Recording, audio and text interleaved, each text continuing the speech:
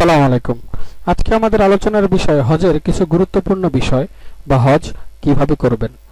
হজ একটি দীর্ঘমেয়াদী সফর। সেখানে নানা কিছু প্রয়োজন হবে। প্রয়োজনের দিকে তাকিয়ে মালামাল সংগ্রহ করতে হবে। আবার লক্ষ্য রাখতে হবে যেন অতিরিক্ত ভারী না হয়ে যায়, কেননা এ বোঝা আপনাকেই বহন করতে হবে। তাছাড়া বিমান 30 কেজির উপরে নিতে দিবেও না। তো যা যা প্রয়োজন তা হলো পাসপোর্ট, আপনার পরিচয়পত্র, টাকা রাখার জন্য গলায় ঝোলানো ব্যাগ, ইহরামের কাপড় কমপক্ষে 2 সেট, শরীরের নিচের অংশের জন্য 2.5 হাত বহরের 2.5 গজ আর গায়ের জন্য 3 গজের সাদা সুতি কাপড়, আর নারীদের জন্য সেলাইযুক্ত স্বাভাবিক পোশাকই ইহরামের কাপড়। 5 নরম ফিতাওয়ালা স্যান্ডেল। তারপরে ইহরাম পরার জন্য প্রয়োজন হলে বেল্ট নিতে পারেন।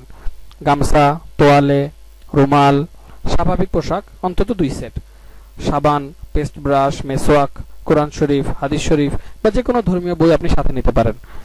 তারপর ওষুধপত্র, আপনার প্রয়োজনীয় যে সমস্ত ওষুধপত্র রয়েছে সেগুলো সাথে নিতে হবে। এছাড়া চশমা, বাংলাদেশি মুদ্রা ঢাকা বিমানবন্দর থেকে ফেরার জন্য। তারপর নারীদের জন্য বোরখা, মোবাইল সেট। ও একটা কথা না বললেই না, ওখানে গিয়ে আমরা অনেক সময় ধোকায় পড়ে যাই যে মেয়েরা দেখি যে ওখানকার অনেকে আছে যারা পর্দা করে না। তো এটা ভেবে অনেকের, আমাদের মহিলাদের মধ্যে অনেকে আছে যারা ওখানে গিয়ে মুখ খুলে ফেলে।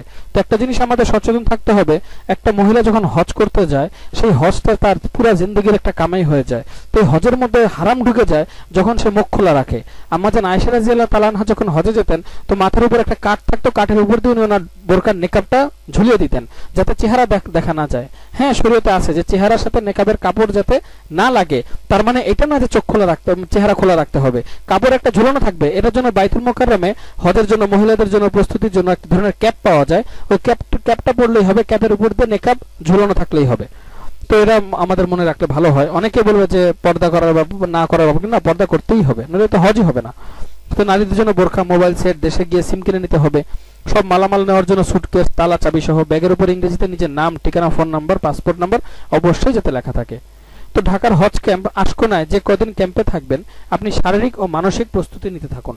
সেখানে সব ধরনের টিকা, ভ্যাকসিন, প্রশিক্ষণ দেওয়া, বৈদেশিক মুদ্রা কেনা, প্রয়োজনীয় সব কিছুই কিনতে এবং এই কাজ সম্পন্ন করতে সাহায্যকারী পাবেন, সময় পাবেন। কোনো কাজই বাকি থাকলো কিনা তা সম্পন্ন করুন। আপনারা মালামালের প্রতি নজর রাখুন। ব্যাগেজে যে নিয়ম কানুন তা হলো বিমানে হাতে ব্যাগে ছুরি বা কাঁচি নিতে দেয় না। কোনো হাজি সাহেব সর্বোচ্চ 30 কেজি বেশি মালামাল বহন করতে পারবেন না। ব্যবস্থাপত্র ছাড়া কোনো ওষুধপত্র নেওয়া যাবে না। চাল, ডাল, শুটকি, গুড় ইত্যাদি পচনশীল খাদ্যদ্রব্য যেমন রান্না করা খাবার, তরিতরকারি ইত্যাদি নেওয়া যাবে না। জরুরি কাগজপত্রের মধ্যে 10 কপি পাসপোর্ট সাইজ ছবি, স্ট্যাম্প সাইজ ছবি 6 কপি, পাসপোর্টের 2-3 পাতায় সত্যায়িত ফটোকপি, স্বাস্থ্য পরীক্ষার সনদ, টিকা, নারীদের শরীয়তসম্মত মাহরামের সম্পর্ক সনদ, ব্যাংকে টাকা জমার রসিদ, সরকারি চাকরিজীবী হলে অফিসে আদেশ। প্রত্যেক হাজি সাহেবের 7 সংখ্যার একটি পরিচিত নম্বর থাকে। প্রথম 4টি সংখ্যা এজেন্সি নাম্বার এবং শেষ 3টি সংখ্যা হয় হাজিদের পরিচিত নাম্বার। 10 সংখ্যার ট্র্যাকিং নাম্বার থাকে। প্রাক নিবন্ধন সময় কম্পিউটারে দেওয়া সব নম্বর জানা থাকলে ওয়েবসাইটের মাধ্যমে হাজি সাহেবের নানা তথ্য পেতে পারেন। তো ইহরাম কাপড়ের ব্যাপারে যেটা আসছে যে আপনার গন্তব্য ঢাকা থেকে মক্কা না মদিনা জেনে নিন। সিদ্ধান্ত নিন কোন ধরনের হজ করবেন। ধরি তামাত্তু হজ করবেন। যদি মদিনায় হয় তাহলে এখন ইহরাম বাঁধার প্রয়োজন নাই, জেদ্দা নেমেই মদিনায় চলে যাবেন। এরপর সেখান থেকে হজের নিয়ত করে কমপক্ষে 8 তারিখে মক্কা রওনা হবেন। মদিনা থেকে ফেরার পথে জুল হলাইফা বা বীরে আলী নামক স্থানে ইহরাম বাঁধবেন। এটা আমাদের মিকাত। আর মক্কায় হলো ঢাকা থেকে বিমানে ওঠার আগে ইহরাম বেঁধে নিন। বিমানে ইহরাম বাঁধা দৃষ্টিকটু, বিনা ইহরামে মিকাত পার হওয়ার কাফারা দিতে হবে, গুনাহ হবে।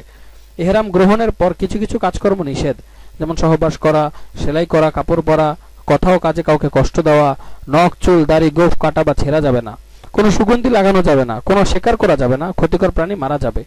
ঢাকা বিমানবন্দর থেকে উড্ডয়নের সময় বিমানবন্দরে পৌঁছানো, লাগেজে বাধা হয়েছে কিনা দেখে নিন।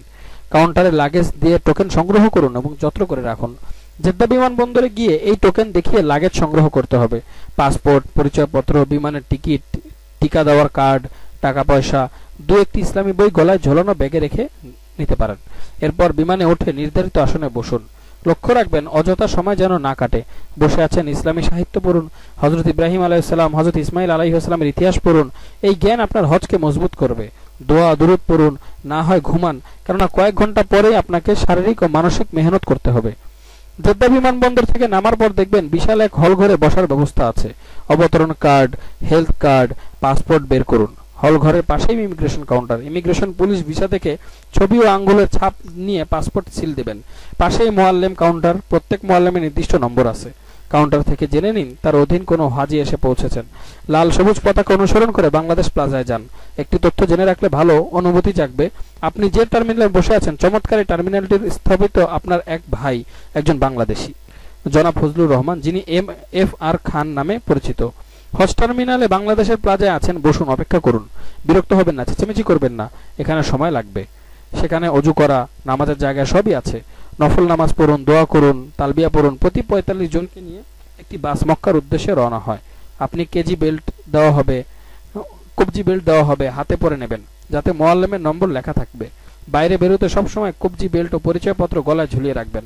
আপনার সিরিয়াল এলে বাসে উঠুন। জেদ্দা থেকে মক্কায় পৌঁছতে 2 ঘন্টা লাগে।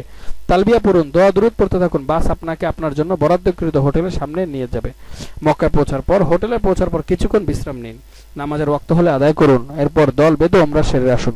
মসজিদুল হারামের অনেক প্রবেশপথ রয়েছে, সবগুলোই একই রকমের মনে হবে। প্রতিটি প্রবেশপথ আরবি, ইংরেজিতে নম্বর দেওয়া আছে, নাম লেখা আছে। আপনি সঙ্গীদের সাথে ঠিক করুন কোন পথ দিয়ে ঢুকবেন। যেই পথ দিয়ে ঢুকবেন সেই পথ দিয়ে বের হবেন।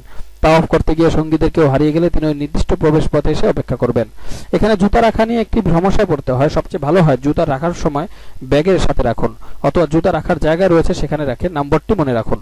কাবা ঘরের 4টি কোণে আলাদা আলাদা নাম রয়েছে, যেমন হাজরে আসওয়াদ, রোকনে ইরাকি, রোকনে শামি, রোকনে ইয়ামেনি। তাওয়াফ হয়ে হাজরে আসওয়াদ থেকে শুরু করবেন। পরবর্তী কোন রোকন ইরাকি, 2 কোণের মাঝখানে মিজাবে রহমত ও হাতিম, তারপর রোকনে শামি ও রোকনে ইয়ামেনি। এরপর হাজরে আসওয়াদ এলে তাওয়াফের 1 চক্কর পূর্ণ হয়। এইভাবে একে একে 7 চক্কর দিতে হবে। তাওয়াফ শেষে সাফা মারোয়া গিয়ে সাই করুন। সাই সাফা থেকে শুরু হয়ে মারোয়ার দিকে শেষ হয়।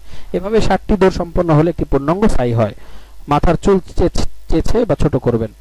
উমরাহ হিল বা কাবা শরীফের সীমানার বাইরে মিকাতের স্থান থেকে অথবা মিকাত থেকে ইহরাম বেঁধে তাওয়াফ করা, সাফা মারোয়া সাই করা, মাথার চুল ছেটে বা ছোট করাকেই উমরা বলে। কিছু পরামর্শের জন্য বলা, দেশে থাকাকালীন প্যাকেজের সুবিধাদি যেমন মক্কা মদিনায় থাকা, খাওয়া, কোরবানি সহ অন্য সুবিধাদি কথা ট্রাভেল এজেন্সির কাছে বলুন, লিখিত বুঝে নিন। কোরবানি বা দম দেওয়ার খরচাদি IDB ব্যাংকে পরিশোধ করুন। এতে সময় বাঁচে, ঝামেলা থেকে রেহাই পাওয়া যায়। এ সময় হজের অন্য কাজগুলো সারতে পারেন। কোনো ব্যক্তিকে দিলে প্রতারিত হওয়ার সম্ভাবনা থাকে। কখনো অসুস্থ হয়ে পড়লে, দুর্ঘটনায় পড়লে বাংলাদেশ হজ মিশনে মেডিকেল টিমকে জানান। আপনার যে কোনো সমস্যা হজ মিশনের IT হেল্প ডেস্ক সাহায্য করবে।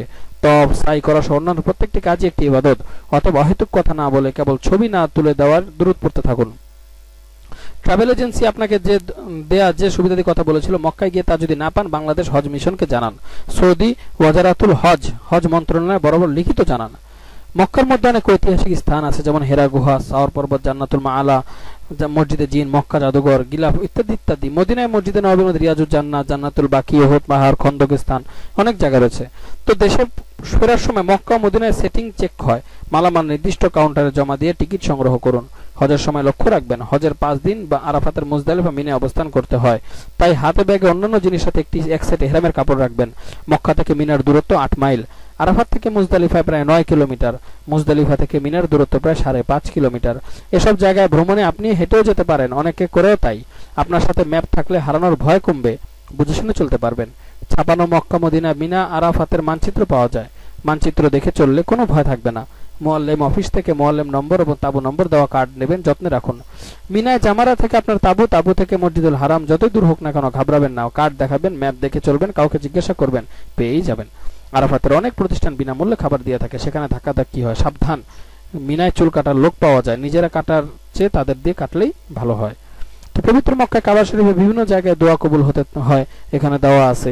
এছাড়া উপসংহারের মধ্যে বলা যায়, শেষে হজ নিছক একটি আনুষ্ঠানিকতা নয়, এর মধ্যে অনেক গুরুত্বপূর্ণ মর্যাদা কল্যাণ রয়েছে। পবিত্র কোরআনে হযরত ইব্রাহিম আলাইহিস সালাম হজের জন্য আহ্বান করার সময় উল্লেখ করেন যে মানুষ এসে দেখুক এই হজ ব্রতে তাদের জন্য কি কি কল্যাণ আছে। একটি পবিত্র এবং ঐকনিষ্ঠ নিষ্ঠাপূর্ণ হজ সম্পর্কে বিশ্বনবী ইরশাদ করেন, যে ব্যক্তি খাঁটিভাবে আল্লাহর উদ্দেশ্যে হজ করে, এই ব্যাপারে সকল প্রকার লালসা এবং ফাসিকি থেকে দূরে থাকে, সে সদ্যজাত শিশুর মতো নিষ্পাপ হয়ে ফিরে আসে। এভাবে ব্যক্তি হজ সম্পন্ন করলে একজন মানুষের হৃদয়ে বহুদিন ধরেই সে প্রভাবে স্থায়ী থাকে। হারাম শরীফে কদম রেখে হাজী সাহেবরা প্রত্যেক পদে পদে যেসব মহান মানবের অতীত কার্যক্রম স্পষ্ট নিদর্শন দেখতে পান, যারা আল্লাহর বন্দেগী করে আনুগত্য করে আল্লাহর দিন কায়েম করতে নিজেদের সর্বস্ব কোরবানি করেছেন। এসব সুস্পষ্ট নিদর্শন নানা স্থান রয়েছে, যা প্রত্যক্ষ করে একজন মুসলমান আরো তাকওয়াবান হয়ে ওঠেন।